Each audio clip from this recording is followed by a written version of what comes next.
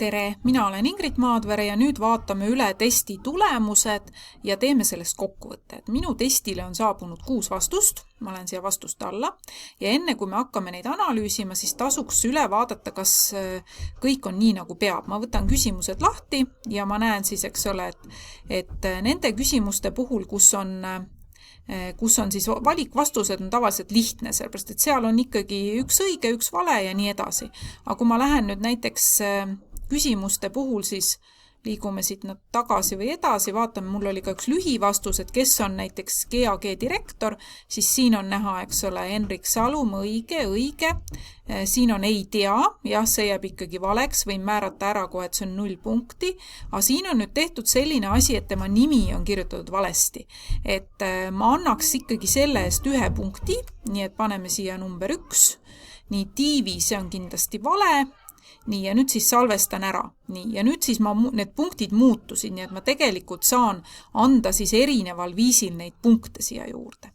Ja kui siis ma olen kõik üle vaadanud ja tundub, et kõik on nagu korras, siis kokkuvõtete tegemiseks ma lähengi siia kokkuvõtte alla.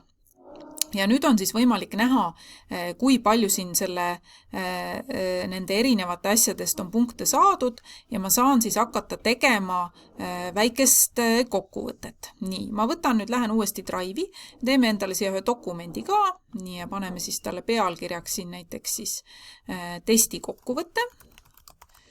Nii, kokkuvõte, nii, hopp. Ja vot siia siis panengi, ma võin panna siis, eks ole, et pealkirjaks kõigepealt paneme keskjoondusega, et Gustav Adolfi gümnaasiumi ajalootest.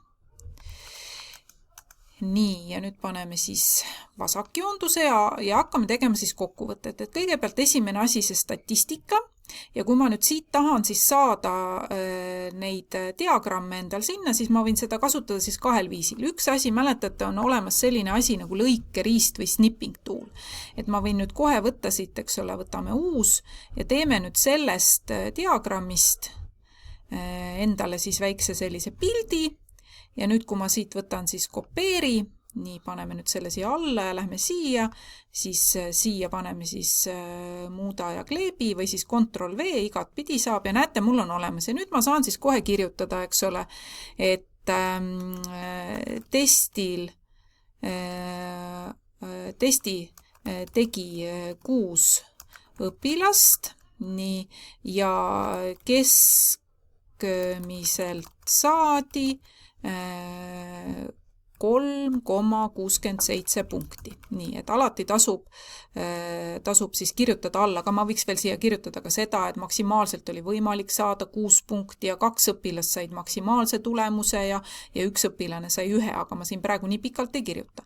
Nüüd ma näitan teile, lähen uuesti siia vormi peale, siis näete, siin neid nimesid pole vaja, aga näiteks millal asutati, siis siin ma isegi ei pea lõikeriista kasutama. Ma klõpsan kopeeri diagramm, läheme uuesti siia ja paneme uuesti nüüd muuda ja kleebi ja näete see diagramm, nüüd ta küsib, et kas lingib vormile ära ka, et kui midagi muutub, et siis kas läheb sinna või ma tühistan selle ära. No ma praegu siin jätan ta nii, nagu on, kleebin ära ja hopsti. Ja nüüd ma saan kohe kirjutada, eks ole, et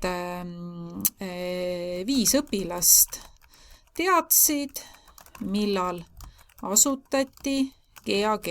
Ja siis panen 1 õpilane ei teadnud, eks ole, et ma saan siin selle välja ilusti kirjutada. Ja niimoodi ma peaksin siis iga küsimusega, et ma võtan selle, kopeerin selle diagrammi ja panen siis ta siia dokumenti ja nii, muuda ja kleebi ja siis ka kommenteerin ära, et kuidas siis vastati, eks ole, et siin ongi, et küsimusele, kes on GAG direktor, siis nüüd ma loen mitu õigesti vastas, eks ole, 2, 3, 4, nii, 4 tükki vastas õigesti, 1 ei teadnud ja 1 vastas siis valesti, eks ole, ja 1 tegi nimes vea. Nii et nüüd lisage kõik need vastused endale ära ja analüüsige sellisel viisil tulemused ära.